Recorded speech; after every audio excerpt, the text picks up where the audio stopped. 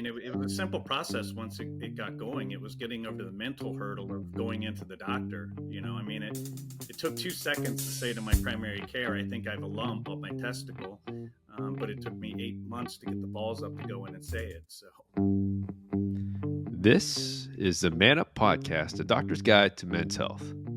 If you've been enjoying listening to our podcast, please hit the subscribe button on YouTube, Spotify, and Apple Podcasts.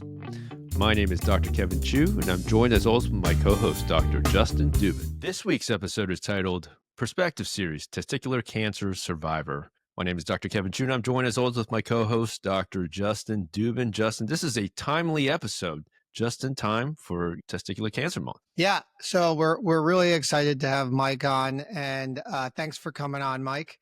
First off. So Mike Craycraft, he's a testicle cancer survivor, and he's the founder of the Testicular Cancer Society. It's a nonprofit public charity that's committed to raise awareness and education for the most common form of testicle cancer or cancer in men ages 15 to 35, and that's testicle cancer. And what his society provides a really great support group for fighters, survivors, and caregivers. I know that I have referred a lot of my patients to your website and to your society as a helpful resource for them to connect with people like themselves or get good information to be part of a community. So Mike, thank you so much for coming on today. Yeah, thanks for having me. Great. So, let's get into it, because I think one thing is always that starting point with a diagnosis or identifying something might be wrong. So can you take us back? How old were you, when you first noticed something was wrong? What symptoms, if any, did you experience? And what prompted you to kind of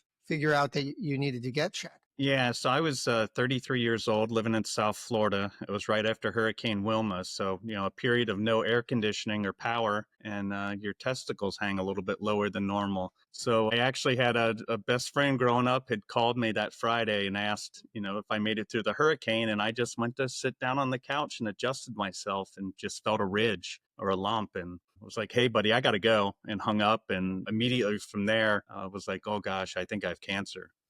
So otherwise, I was a young, healthy individual. So it was, one of the things that we see is, guys, or Justin and I have heard from our patients, is they will notice something and they will take their time before they go see a doctor. They're like, let's see if it'll kind of go away. And, it might get bigger. And they're like, maybe it'll still kind of go away. So I want to ask you, so you felt this ridge. How long did it take for you to go see a doctor and go see if something was actually wrong? It was between 7 and 8 months. So, There you go. I'm a clinical pharmacist. I worked in hospitals, but I would get hot flashes at night, and I would feel the lump and think, okay, I'm going to call my primary care, which I just had for insurance. I'd never seen them before. And then I'd get up in the morning and I wouldn't feel it. And then, of course, I remember to call the office at noon when I knew they were closed, and then again after 5. And it just came like a vicious cycle. I'll go to the doctor after this, after the holidays, after this and that. And so it wasn't until June of the following year, and I originally felt it in October. So, this is a classic story, right?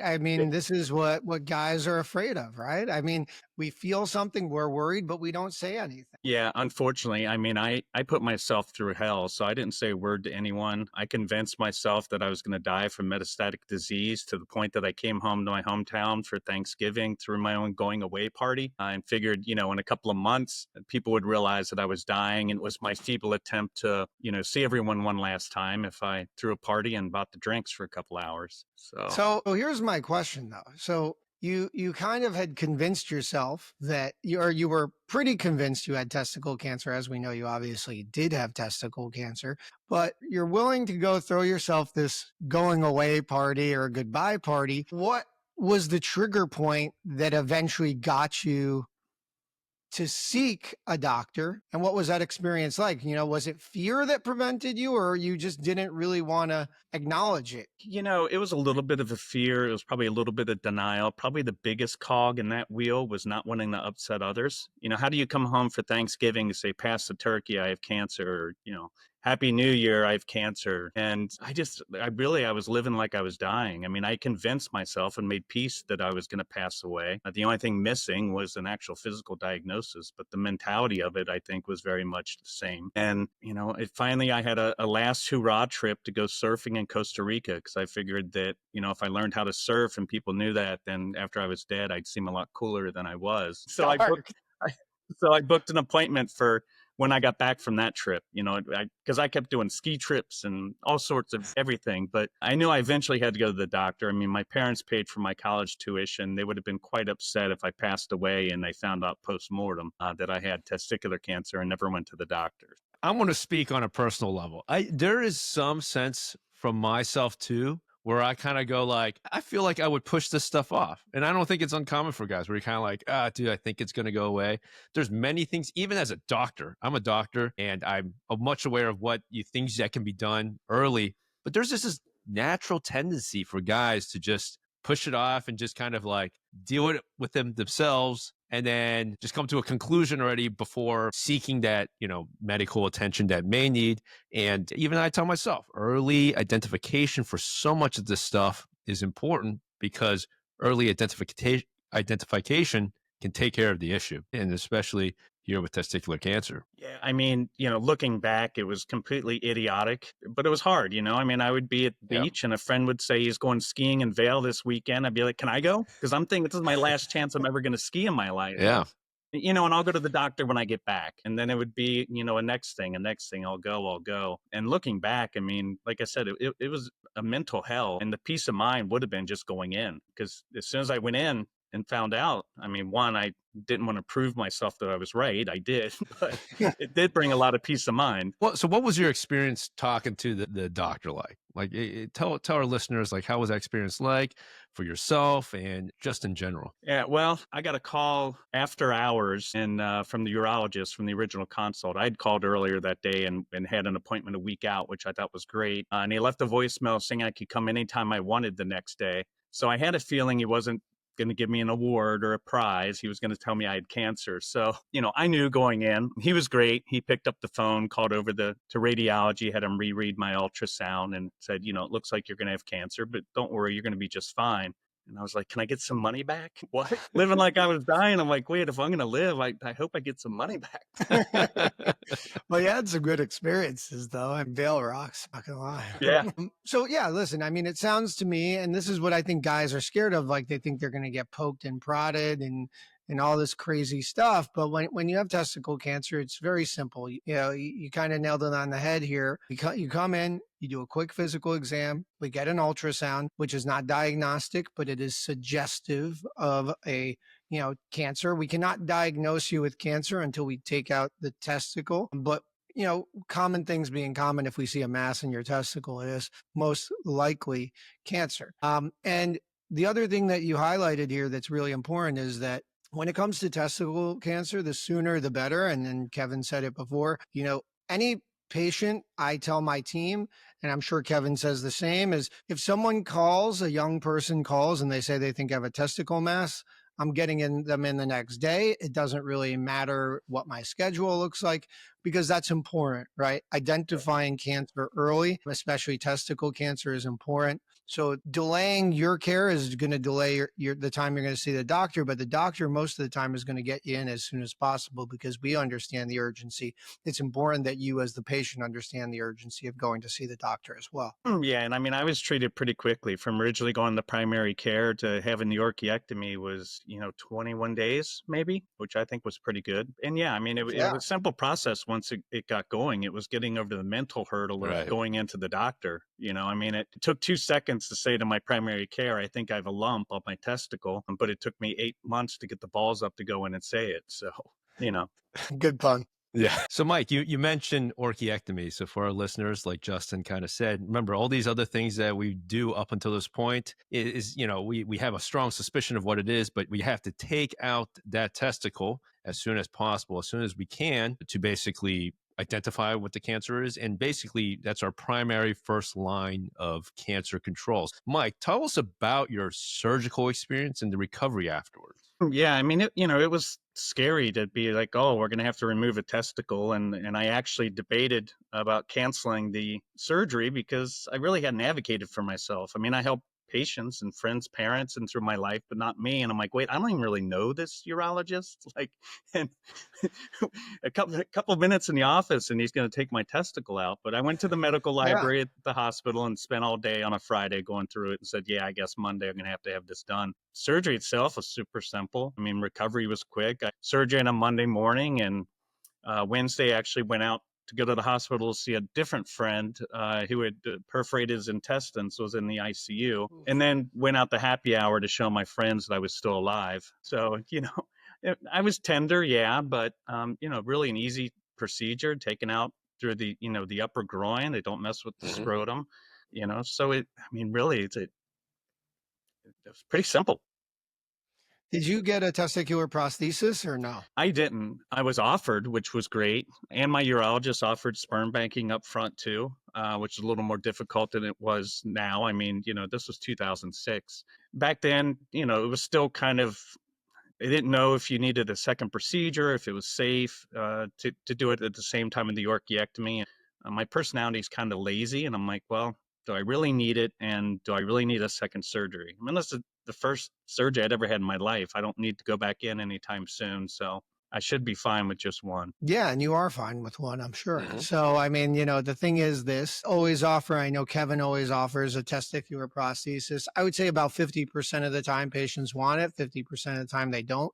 There's no wrong answer to this. It's just, it's not like you have a uniball where it drops into the middle of your scrotum. It still stays on the same side of your testicle. So everything looks pretty normal, even if you have your testicle removed. But if for some people, they like the cosmetic aspect of having two testicles looking. And the truth is, like you said, if you decide not to get it, you can always go back and put one in. I've done several of those as well. So there's no wrong answer there. And it's totally fine either way. I do want Kevin to quickly highlight, though, your comment on the fertility aspect of it, because I think it is really incredibly important discussing fertility prior to surgery. Yeah. So, Mike had kind of mentioned like back in 2006, it was much more harder to kind of like bank sperm. So why is this important?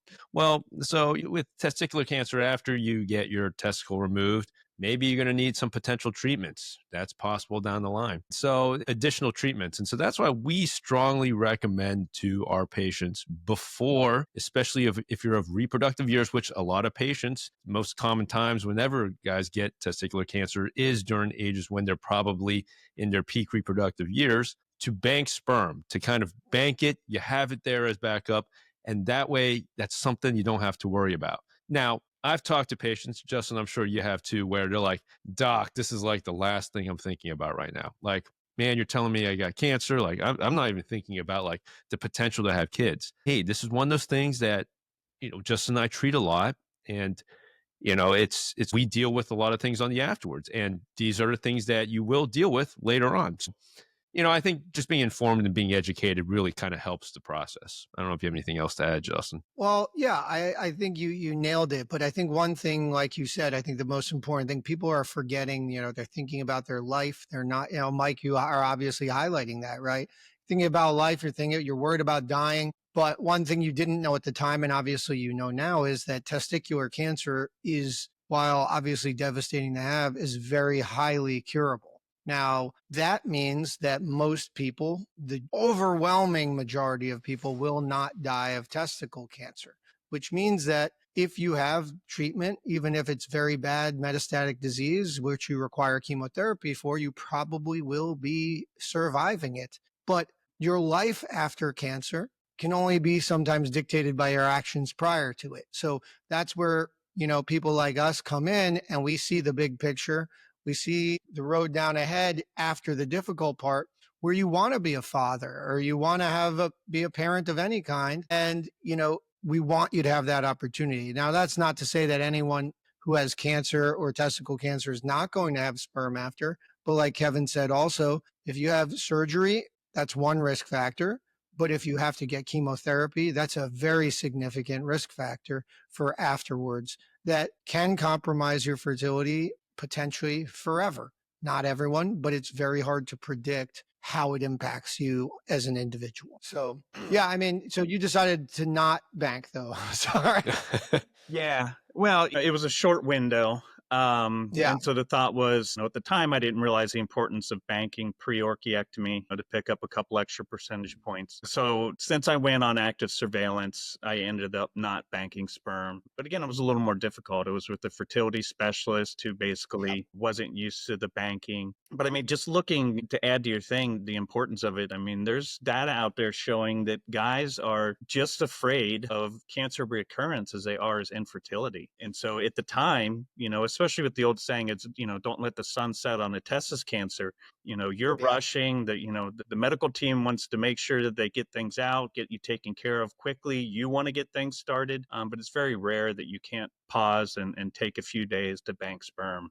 Because, you are going to have 30, 40 years of survivorship after your diagnosis, and things will change. And nowadays we have we're very fortunate to have some great technology that you can be banking sperm from the comforts of your home and just put it in a box and send it on in, and it'll be banked, and it's something that you check the box and continue on, getting the treatment and all that stuff that's next. So Mike, let's speed up a little bit. So you had the surgery, you're doing well, finished the happy hour, you go to your your post-op visit, and you talk to the urologist and you get the diagnosis of testicular cancer. Talk to the listeners like how your mind's going, because from your story, it seemed like you had already kind of put yourself in that position. You were like, I know this is what it's going to be. I know what it is. So tell us about your experience of getting the actual diagnosis confirmed. Well, it's probably unlike most people. So I actually went into the hospital the day before and requested my pathology report and medical records because I did nothing to advocate for myself before the orchiectomy. Obviously, I was, completely doing things wrong. And so it really kind of changed then. I wanted to be able to go in and have something to talk about. I had my CT results. I had my tumor markers. I might as well have the pathology so I'm not being surprised on a Friday morning. So I was knowing going in what he was going to say to me. So that helped me tremendously. That's not for everyone, but that's, how I did it, I guess. And what was your formal diagnosis? What were you diagnosed with in terms of, and a lot of our listeners, maybe if they have a history of testicle cancer, obviously they understand seminoma, non-seminoma and things like that, staging. But what was your pathological diagnosis? Yeah. So miraculously, I was stage 1 seminoma. I mean, I had 2 different foci, but even then they were less than 4 centimeters. So somehow it was, essentially a best case scenario for receiving a cancer diagnosis, which is incredibly fortunate for doing what I did. Looking for the perfect night out with your badass self, your friends, or maybe an inspirational date night? Attention all friends in Austin, Dallas, and Santa Cruz. Shameless Sex will be in you for our Who's Your Daddy tour. Join us in May for a night of edutainment where sex ed meets comedy, play, and sexy immersive experiences. Think of your favorite variety show, but Shameless Sex style, with special guests who will blow your minds. Be prepared to experience something unlike anything else. Trust us, you'll leave with some great and possibly sexy memories that you'll want to hold forever. And you'll probably be holding some of our favorite sex toys in your hands. Get your tickets now at shamelesssex.com because it is selling out. Plus, if you book a VIP limited seat, you'll get a bunch of sex toys guaranteed, and you'll be sitting front row. It's going to sell out, so stop what you're doing right now and get your tickets at shamelesssex.com. Seminoma, pure seminomas are actually kind of rare, right? I actually had a patient recently with a pure seminoma, but it's always a great diagnosis because we know that pure seminomas are most sensitive to chemotherapy, radiation, things like that. So it's always a good prognosis to have a pure seminoma. So that's always good news. And obviously stage 1, and you listen to your story and you're convinced after 8 months you have metastatic disease. Stage 1 means it's confined to your testicle. So it's all great news. So you're given that stage 1. Kevin and I know that doesn't actually require additional treatment for other than surgery because you're confined to the testicle. But so you're technically cancer free, and that must feel amazing. but obviously you need monitoring. So, what did your follow-up include and who were you following up with? Yeah, so the gold standard in 2006 was 3 weeks of radiation therapy, which I didn't really want to do if I didn't have to. And carboplatin adjuvant therapy was kind of new and not done very often, but active surveillance was a possibility. And again, going back on my lazy personality, wait, if I can just go in and get a CT scan and some labs, and if it comes back, I know I'm going to need something. But right now, I'm willing to take that risk. It's not going to bother me to worry about relapse. So I went on active surveillance, and it was managed just with my urologist, which was great. We worked incredibly well together. I could get my labs done before the CT, get the results, and have everything, and go in and see him. And it worked out really well. Yeah. So for our listeners, so seminoma, yeah, when stage 1 at this point, it's surveillance is, our kind of preferred method where, yeah, you just closely follow with the urologist, monitor the labs, actually more importantly, just kind of, just see how you're doing, get some periodic imaging. And that's all you need to do. Now, if you are unfortunately get diagnosed with non-SEM, that's a little bit different. And your pathway may kind of go a little bit more differently, where you may need potential for like chemotherapy or some further surgeries, depending on what the findings are. Now, Mike, you keep using the word like advocate for yourself, and you're kind of hinting a little bit about how kind of like the before and post surgery. Now, in this recovery period, did you like seek support from family, friends, or even any support groups? I did. I mean, I had great family and great friends. Once I officially got the pathology, I spoke up. I mean, I would jump up on a table and tell everyone I just had a testicle removed and I had cancer. That wasn't a problem. I remember first going to a cancer center for an opinion for radiation and being handed a brochure about self-esteem and support groups. I didn't think I needed any of that, but I kind of tricked myself. So there actually used to be people on MySpace.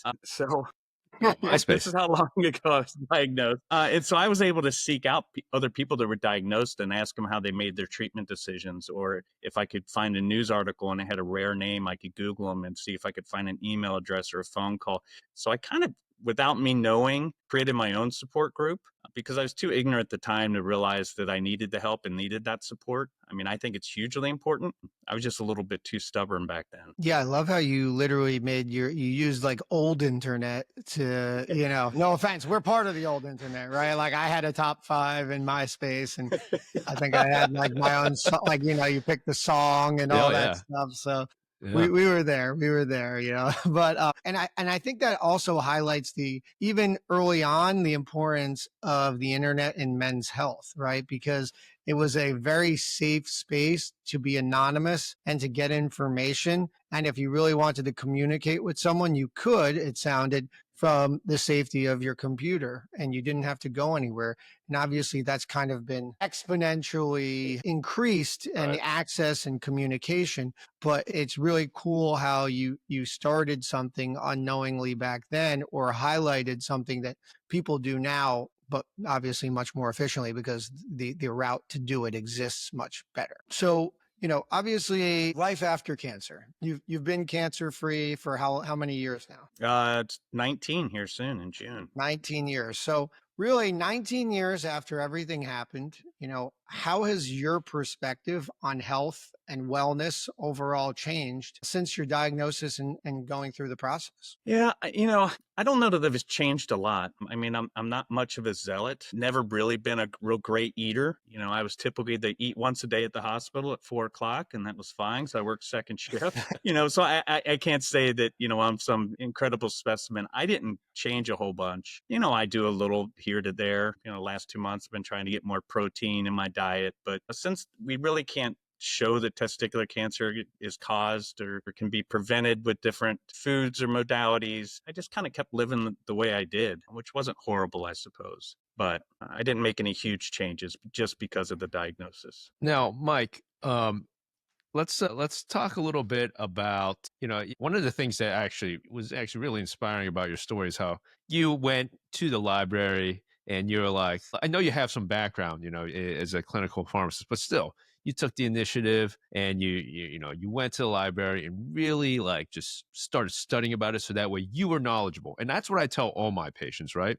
That when you show up to the doctor's office, sure, you can use the doctor and just try to, learn information that way. But you can get so much more when you come in with a background of information and understanding, and that visit with the doctor is going to be so much more productive for you and even for myself to kind of get a better understanding of where you want to be, instead of like, okay, well, here's the basic information, and we'll talk again in a couple weeks when you start deciding what's next, right? It's so valuable and so great. I really think important for patients to learn about the topics that's relevant to them. So now that for our listeners, what do you wish more men knew about testicular cancer? Well, I mean, the big thing is just the awareness that, it's essentially a young man's disease, leading cause of cancer in those 15 to 39, 35, 44, depending on how you break down the numbers, because it's a period in life where you're not thinking you get cancer.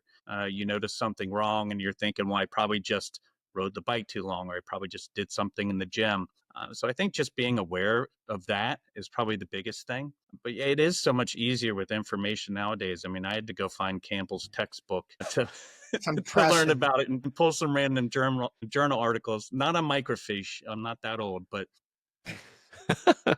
now the information's so at hand, and it's just really, Right. if you notice anything wrong, get to the doctor just for peace of mind. But you're never too young. I hear that, and it makes me cringe. And you're never too old for it either. So Yeah, it's a great point. And I guess that highlights the next idea here that, it's Testicular Cancer Month. We're highlighting this and educating men and educating them and hopefully motivating them to learn and explore themselves a little bit. So your story is a highlight of how important the self-exam is. I would say the majority of my patients come in because they felt something on their testicle themselves. So in your mind, how important is the self-exam? And what do you always tell people that you work with, within the Testicular Cancer Society, what you should be looking for on that exam? yeah, I mean, I think it's incredibly important, and to do it on a regular, I always say monthly basis, just because it gives time if there is growth that you notice a change, and it's not just in an interval where you forget. I was one of the rare people my pediatrician told me I should check myself when I was 16 or 17. Of course, I thought that was funny and laughed all the way out to the car and didn't really do a good job of doing it. But, you're really just rolling the testicle around between your fingers and your thumb, feeling for any lumps or bumps. That's, the main symptom. Pain is only about 20% of cases, so you can't really judge off pain. You could notice the testicle getting bigger or smaller, or just some heaviness in the scrotum. I mean, those are most of the primary things. You're going to notice irregularity if you're regularly, checking yourself and familiar with it. That was an excellent description of how guys should perform, a self-testicular exam. And one thing I do want to stress to patients, just because I've seen it multiple times now, many times, is that a lot of times guys in this age group are very active, so they're playing sports or riding the bike or something like that, and I can't tell you how many times I've seen where if you had some trauma and you think it's the trauma that's caused this enlargement and that you're not going to go see a doctor for it and that'll go away on its own, that's the wrong answer, right? The right answer is to go see a doctor, because I can't tell you how many times, again, that it's like, oh no, this happened. Soccer ball hit me. That's why it's happened. And unfortunately, we found out that it was testicular cancer. But the fortunate part of it was that they came to the doctor and that we were able to kind of get it addressed in the, expedient manner. So again, testicular exams, very important, but also don't give a reason to yourself or an explanation to yourself for why you think it's occurred. So Mike, why don't we talk about the Testicular Cancer Society? Why don't you tell our listeners about, what it is, your inspiration for it? Yeah, well, when I was diagnosed, again, we're having to deal with MySpace. There weren't a whole bunch of resources out there for testicular cancer. There were a lot of forums and this and that would pop up, but you get there and find out that, there's only been 8 other guys that have had it. And the last one was there a year ago. So you really couldn't find the support you needed or the information. There were a couple of good resources, the Testicular Cancer Resource Center. There was some testicular cancer forums. And so really kind of formed the organization to be the center of the wheel, right? Where if you came to us, we could show you what resources were available, and then we could learn from you on what else is needed and build from there. So we since over the years have taken over the forums because they were going to close. I mean, it's got a repository of real life experience in there.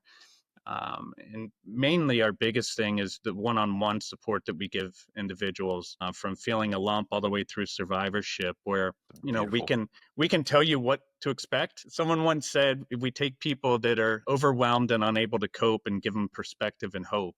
And that's really what we do. We've been fortunate enough to become friends with a lot of the experts in the world. We can get you in to see one if you need to see someone with more advanced testicular cancer experience. We kind of just go through with you as you're going along your journey. That's really special, and it's really incredible that you've done that, and you've created such a powerful network, especially in a group of people, young men, who, like you said, really don't want to face the music and don't want to address these things, but to provide them with not only a space, but the resources and a literal community of people who are willing to literally hold their hand through the process, potentially to get them motivated enough to get to the people that they need to help themselves, is really amazing. And like I said in the beginning, I pretty much tell every one of my testicle cancer patients about your website as a resource, because I think guys do feel lonely in a diagnosis like this, because although it is the most common cancer for 15 to 35-year-old men, it's still not the most common cancer around. So, I think all of us have one or two people we know in our lives that may have had testicle cancer, but that's just one or two people in your community that, how many people that don't tell you about it. So, I think having this kind of resource, and it's so important that people listening to this, a lot of them who are, I'm sure, are either embarrassed to talk about getting an examination with a doctor, or talk about a lump that they have, and they're scared to go to the doctor, or they're just in the recovery process thinking about the next steps. I think they can appreciate such a wonderful and valuable resource. So I once again want to thank you for that, and really creating a really great space for people. Yeah, I mean, we really try to show people how to advocate for themselves, right? To give them the right questions. I mean, I can't tell you how many times someone will get a hold of us and they have a question and it's really not what they need. I don't know. I was trained that in pharmacy. Never answer the question that's asked, give them the information that they need, and it's a big thing. What really should I be worried about? Especially nowadays with the outpatient rules and the early release of information. I mean, you have a time toxicity now that we never used to have to deal with, which, someone's tumor markers are coming back today, but their appointment isn't for 2 weeks. And they're freaking out because their lab value is a smidge over what the normal range is. And just being able to give them perspective and say, okay, when you go to the doctor, here's some questions to ask. Until then, try to relax. It's going to be a long 2 weeks for you, but just relax. You'll be fine.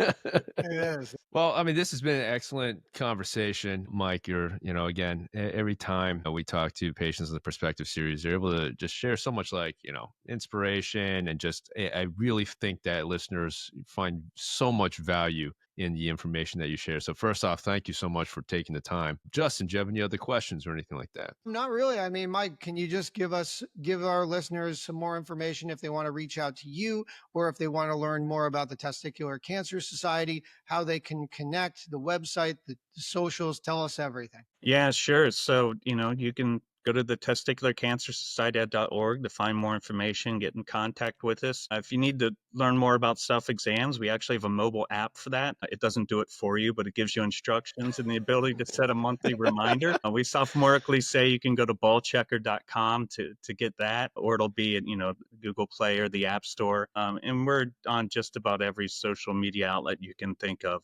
If you're looking for us, we're there. We're more than happy to help in any perspective. But the key really is, you notice something wrong, say something, go to the doctor. There's not a single urologist, and I've met a ton, that's going to be upset that you have a benign condition and not cancer. And it certainly is going to bring peace of mind to you. And of course, just don't do what I did, because that was idiotic. Well, we're glad to hear that everything worked out for you, and that Me you've too. gone on and inspired. But yeah, you've gone on and helped a lot more people. So, honestly, in many ways, it was a blessing, and I'm sure you feel that way too. But thanks again for coming on. And to our listeners, as always, thanks for listening. If you have any questions, comments, concerns, feel free to email us at themanuppod@gmail.com. Follow us on our socials at themanuppod, on Twitter, X, Instagram, YouTube, TikTok, and subscribe, download, comment all you'd like. And thanks again, Mike, for coming on. Until next time.